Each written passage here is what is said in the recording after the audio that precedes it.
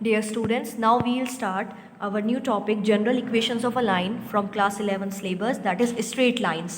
इसमें आपको ये सिखाया जाएगा कि कैसे हम डिफरेंट फॉर्म्स जनरेट कर सकते हैं with the help of given equation.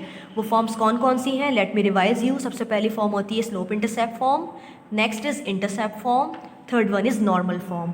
तो तीनों फॉर्म्स आपके एनसीईआरटी में अवेलेबल हैं. अब हम यहाँ सीखेंगे हम कैसे कन्वर्ट करते हैं गिवन इक्वेशन को इन 3 फॉर्म्स में.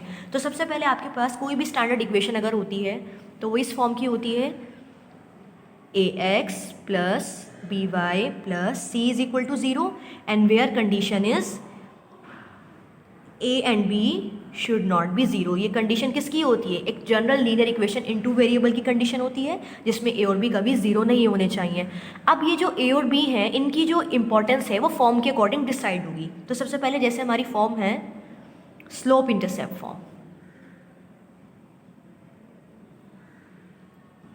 What was slope intercept form?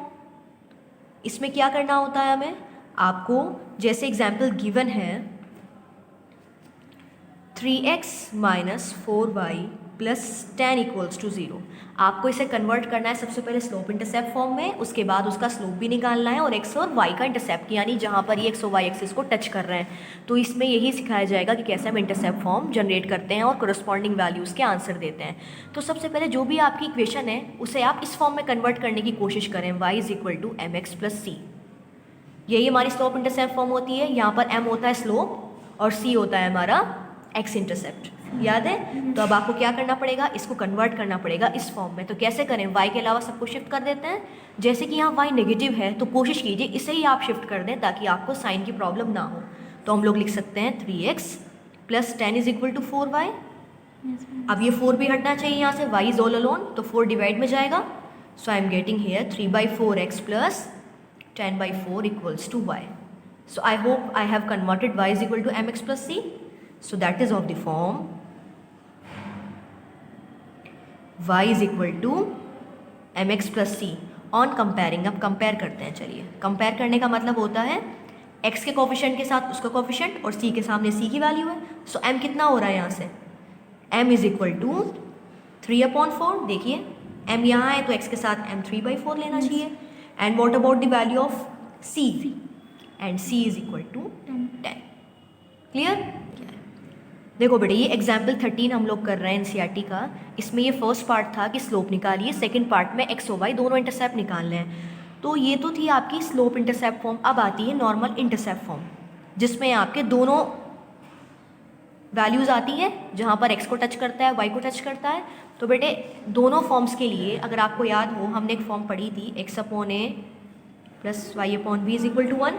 ए होता था एक्स इंटरसेप्ट और बी होता था वाई इंटरसेप्ट. तो यानी अगर मुझे ए और बी की वैल्यूज़ मालूम हो जाए तो एक्स और वाई दोनों के इंटरसेप्ट आ जाएंगे. अब हमें क्या करना पड़ेगा, इस इक्वेशन को इस फॉर्म में कन्वर्ट करना पड़ेगा.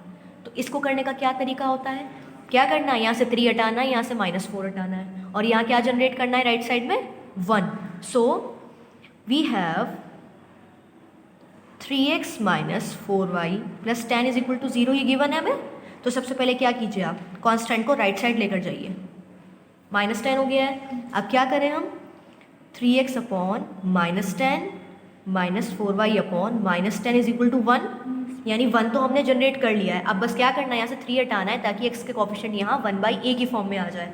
तो क्या हम इसे ऐसे लिख सकते हैं, x अपॉन -10 अपॉन 3. देखो अगर मैं अपॉन में लूँ इसे तो 3 शिफ्ट होकर ऊपर ही जाएगा.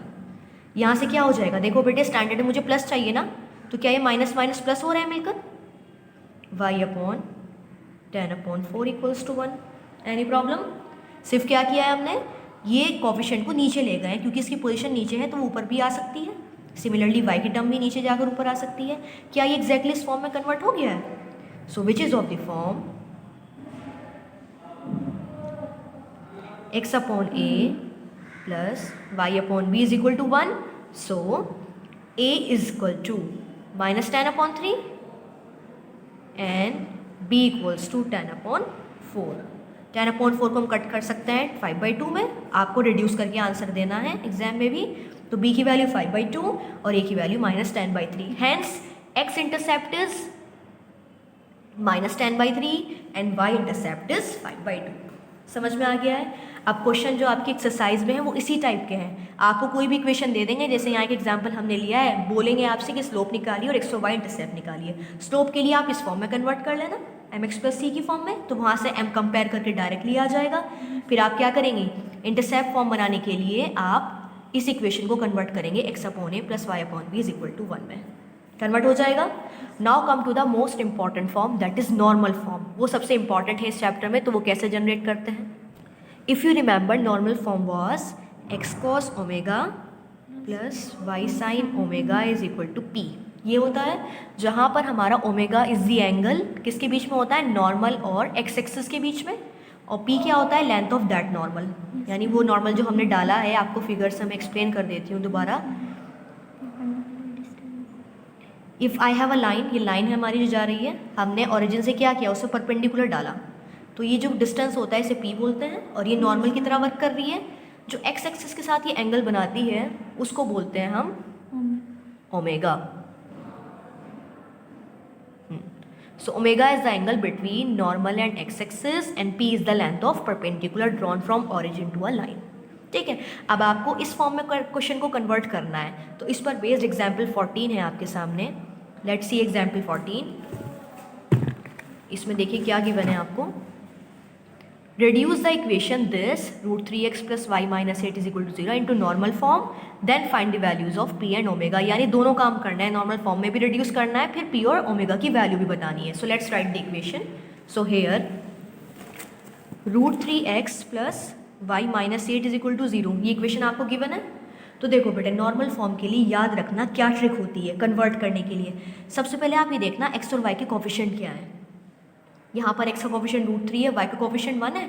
फिर आप उसके रूट से, यानी ऑन डिवाइडिंग, इसे हम इक्वेशन 1 सपोज करते हैं, बाय डायरेक्टली हम एक टर्म से इस पूरी इक्वेशन को डिवाइड करेंगे, आंसर फौरन आएगा। वो टर्म क्या है, रूट x का कोफिशिएंट का स्क्वायर प्लस y का कोफिशिएंट स्क्वायर, यानी root 3 square plus 1 square we get. याद रखना, जब भी नॉर्मल फॉर्म में कन्वर्ट करने को क्वेश्चन आए, इस इक्वेशन को किससे डिवाइड करेंगे आप, रूट ए स्क्वायर प्लस बी स्क्वायर से। अब a क्या होता है, कोफिशिएंट ऑफ x, और b क्या होता है, कोफिशिएंट ऑफ y। अब इसकी वैल्यू मैं हैंड टू हैंड देखो बेटे यहाँ निकाल रही हूँ। रूट 3 का स्क्वायर 3 हो गया, 3 प्लस 1 4, और रूट ऑफ 4 क्या हो जाएगा 2, यानी मुझे डायरेक्टली किससे डिवाइड करना है, 2 से। So we get root 3 upon 2x, मैं 2 को सबके अलग अलग सेपरेटली लिख रही हूँ, y upon 2 minus 8 upon 2 equals to 0। ये हो गया बेटे root 3 by 2x plus y by 2 minus 4 is equal to 0। अब मुझे फॉर्म चाहिए ये वाली, यानी p इधर होना चाहिए constant. So this implies root 3 by 2x plus y by 2 is equal to 4, which is of the form x cos omega plus y sine omega is equal to p। क्या यही form नजर आ रही है आपको। अगर आप कंपेयर करें तो कॉस ओमेगा की वैल्यू बैठ रही है root 3 by 2, where cos omega is equal to root 3 by 2 and sine omega is equal to how much. देखो साइन ओमेगा y के साथ है, तो y के साथ यहाँ हाफ है, it will be equal. And p perpendicular distance कितना बैठ रहा है 4, so I will write p equals to 4। अब हमें एंगल चाहिए, डायरेक्ट रेशियो नहीं चाहिए, तो एंगल कैसे निकालें बेटे, वो ओमेगा ऐसा क्या लें जिसमें कॉस की वैल्यू तो रूट 3 बाई 2 आ जाए और हमारी साइन की वैल्यू हाफ आ जाए। तो आप जानते हैं अगर हम ओमेगा 30 डिग्री लें तो देखो क्या हो रहा है, साइन 30 हाफ और cos 30 root 3 by 2। This implies from this to I got w is equal to, sorry है, omega is equal to 30 degree and p is equal to 4। समझ में आ गया है। तो यानी आपको क्या करना है, दोनों एंगल्स की वैल्यू देख लेना आप निकाल कर क्या आ रही है, और परपेंडिकुलर डिस्टेंस तो आपका डायरेक्टली आ ही जाएगा।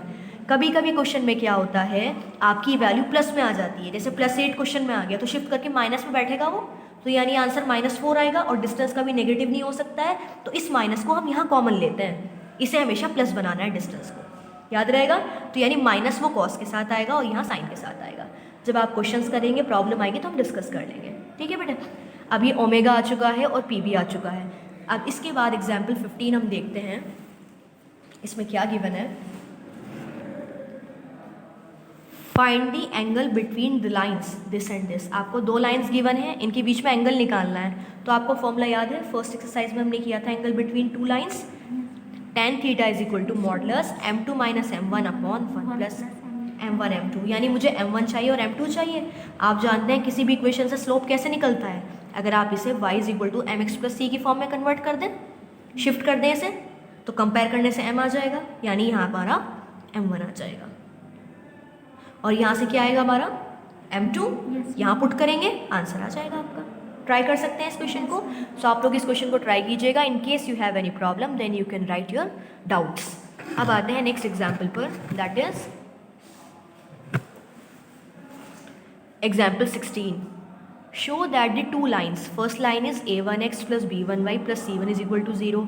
सेकेंड लाइन है आपकी a2x + b2y + c2 = 0। ये दो लाइन्स हैं जहाँ पर b1 b2 नॉन ज़ीरो हैं। उसके लिए क्या होना चाहिए, आगे गिवन है आर पैरेलल, यानी अगर ये लाइन्स पैरेलल होंगी तो क्या कंडीशन आनी चाहिए, a1/a2 = a1/b1 = a2/b2 आना चाहिए। और अगर आप इसे परपेंडिकुलर शो करेंगे तो ये कंडीशन आनी चाहिए a1a2 + b1b2 = 0। चलिए इसे प्रूव करते हैं कि कैसे आंसर आता है। देखो बेटे, ये दो लाइंस गिवन है, इनकी हेल्प से आपको फर्स्ट पार्ट में शो करना है कि अगर ये दो लाइंस पैरेलल हैं तो आपका आंसर आना चाहिए a1/b1 = a2/b2।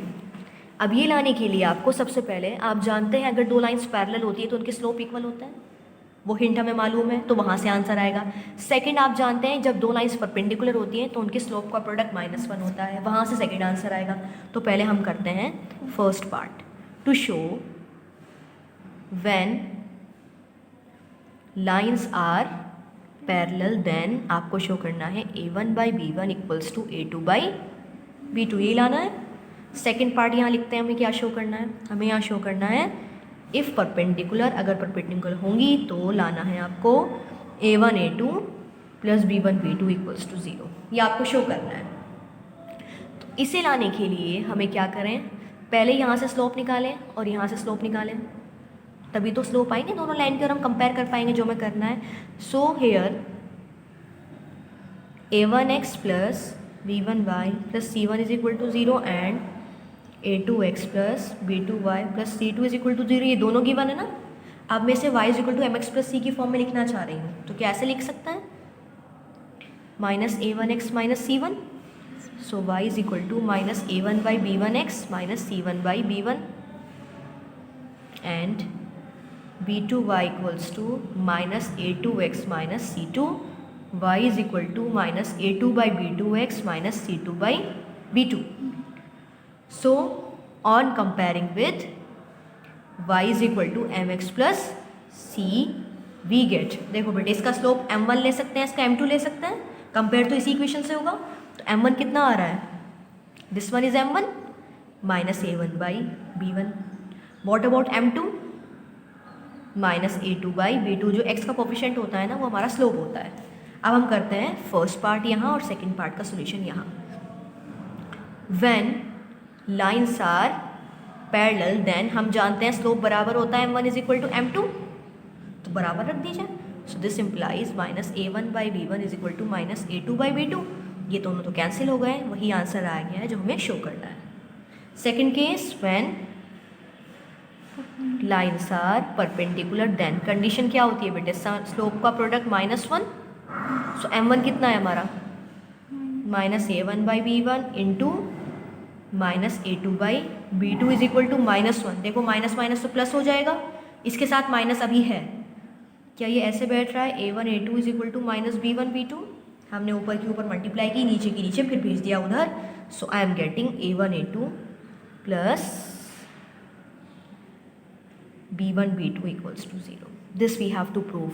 तो कुछ नहीं करना है आपको, जब भी दो लाइंस पैरेलल आएँ तो समझ जाना उनका स्लोप इक्वल रखना है, और जब दो लाइंस परपेंडिकुलर आएँ तो उनका स्लोप का प्रोडक्ट -1 रखना है। जो भी क्वेश्चन पूछा जाएगा वो उसी डायरेक्शन में वर्क करेगा, ठीक है। तो यानी आपको एग्जाम्पल 16 भी समझ में आ गया है। अब आते हैं नेक्स्ट टॉपिक पर, जो है हमारा distance of a point from a line. यानी आपके पास एक लाइन गिवन है और एक पी पॉइंट आपको दिया गया है, उसके बीच का आपको डिस्टेंस निकालना है। तो आप जानते हैं डिस्टेंस हमेशा शॉर्टेस्ट लेते हैं, क्योंकि डिस्टेंस तो ये भी हो सकते हैं, बहुत सारे डिस्टेंसेस हैं। तो जो 90 पे बनता है डिस्टेंस, वही हमारा मेन डिस्टेंस होता है। तो उस डी की आपको वैल्यू निकालनी है। तो आपने मान लिया है पी के कोऑर्डिनेट्स x1 y1, और जो लाइन है उसकी इक्वेशन मान ली है आपने ax + by + c = 0। फॉर्मूला आपको लर्न करना है, फॉर्मूला इज दिस वन, ये कहाँ से आया है? इसका डेरिवेशन यहाँ गिवन है, आपको क्या करना है, सिर्फ फॉर्मूला लर्न करना है, that is sufficient for you. Formula होता है modulus ax1 plus by1 plus c upon root of a square plus b square. अब इसका मीनिंग क्या है बेटे, यानी आपको ए बी सी तो मालूम है लाइन से, देखो लाइन आपको दी जाएगी यहाँ, तो ए बी सी वहाँ से आएंगे, x1 y1 पॉइंट है, तो आपको पहले a को x1 से मल्टीप्लाई करना है, प्लस b यानी y के कोफिशिएंट को y1 से, c की वैल्यू एज इट इज़ रखो, सॉल्व करके आंसर आएगा, फिर उसका पॉजिटिव आपको लेना है, root a square plus b square, ये भी फॉर्मूला है। सिंपली a आप कोफिशिएंट ऑफ x का square plus coefficient of y का स्क्वायर, देन उसका रूट लेना है। इसको सॉल्व करने के लिए आपको एग्जाम्पल यहाँ गिवन है, वो हम देखेंगे बाद में, पहले अब हम दो पैरेलल लाइन्स का डिस्टेंस निकालेंगे।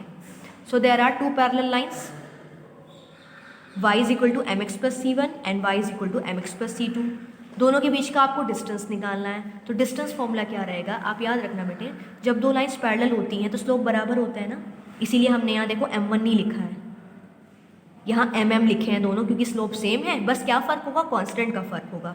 तो फॉर्मूले में क्या होता है, इसीलिए ऊपर सबसे पहले हम कांस्टेंट लिखते हैं। ये क्या है, distance between two parallel lines है। फॉर्मूला रहेगा modulus c1 minus c2 upon root of a square plus b square. c1 क्या होगा, constant of first line, c2 होगा कांस्टेंट ऑफ सेकंड लाइन, दोनों को माइनस करना, जो भी आंसर आए उसको पॉजिटिव लेके बाहर लिखना, root of a square plus b square, यानी जो लाइन की इक्वेशन है उसमें से a और b उठाकर पुट करके स्क्वायर करना, फिर उसका रूट ले लेना। अब एग्जाम्पल 18 देखिए, अब आप इसमें दोनों फॉर्मूलाज का यूज़ है। तो सबसे पहले है 18, find the distance of the point from this line. पहले वाला फॉर्मूला आ गया ना, distance of point and line, आप जानते हैं पॉइंट को मानते हैं x1 y1 और लाइन में होती है ax plus c is equal to 0। यहाँ से a की वैल्यू 3 है, b is -4 and c is -26, x1 is 3, y1 is -5। फिर आप फॉर्मूला लिखेंगे, सब वैल्यूज़ लिखने के बाद we know d is equal to modulus ax1 plus by1 plus c modulus upon root of a square plus b square. a आपने देखा है 3 है, 3 into x1 3 plus -4 into y1 -5 plus c -26। याद रखना बेटे, अगर 26 इधर लिखा होता तो पहले से शिफ्ट करना था, स्टैंडर्ड में आप बनाना पहले, upon root of a square यानी 3 का स्क्वायर प्लस -4 का स्क्वायर। सॉल्व करेंगे आप तो 9 माइनस माइनस प्लस कितना हो जाएगा, 9 प्लस 20, 9 प्लस 20 माइनस 26, 20 और 9 29, तो 29 माइनस 26 3 बैठ रहा है। सो हियर 3 अगर नेगेटिव आता तो आप तब भी प्लस करके लिखते हैं मॉडुलस की वजह से, तो 3/5 आंसर है, यही आपका डिस्टेंस है। समझ में आ गया। अब लास्ट एग्जाम्पल देखो 19 में, आपको दो लाइंस गिवन है, इन दोनों के बीच का डिस्टेंस निकालना है। तो आप जानते हैं ये पैरेलल लाइंस है दोनों, तो क्या होगा, इनका स्लोप तो m रहेगा, बस फॉर्मूला याद करके जाना है, modulus c1 minus c2 upon root of a square plus b square. अब फर्स्ट का c1 बताइए, इसका c2 बताइए। देखिए आप यहाँ c1 हो जाएगा -7 रहेगा, क्योंकि ऑलरेडी स्टैंडर्ड में इधर ही है, अगर इधर नहीं होता तो करते हैं हम इसे शिफ्ट। तो c1 की वैल्यू 7, c2 की वैल्यू 5, फॉर्मूला है c1 माइनस c2 यानी 7 माइनस 5, यहाँ लगा दो बेटे modulus upon root of a square, यानी देखो दोनों में a और b सेम है तो आप किसी का भी ले लो, आपने a3 ले लिया है, b -4, यहाँ भी a3 और b -4 है, इसीलिए एक ही बार लिखा हुआ है, 3 का स्क्वायर प्लस -4 का स्क्वायर। सॉल्व करेंगे तो आपका आंसर आ जाएगा। आई होप आपको कॉन्सेप्ट समझ में आ गए हैं। सिर्फ आपको अब क्या करना है, इनको यूज़ करना है। तो पहले एग्जाम्पल करेंगे आप, उसके बाद एक्सरसाइज 10.3 के क्वेश्चंस। इसमें है बेटे 18 क्वेश्चन और इसमें लास्ट के क्वेश्चंस ये 3 जो हैं, specially question number 16, 18, 15, 12, these are very important question. तो हम कोशिश करेंगे इनको वीडियोस में कवर करें ताकि आपको ये आगे भी हेल्प करें, ठीक है। तो आपको होमवर्क में पूरी एक्सरसाइज ट्राई करनी है, प्रॉब्लम हम डिस्कस करेंगे नेक्स्ट क्लास में टुमारो। Thank you.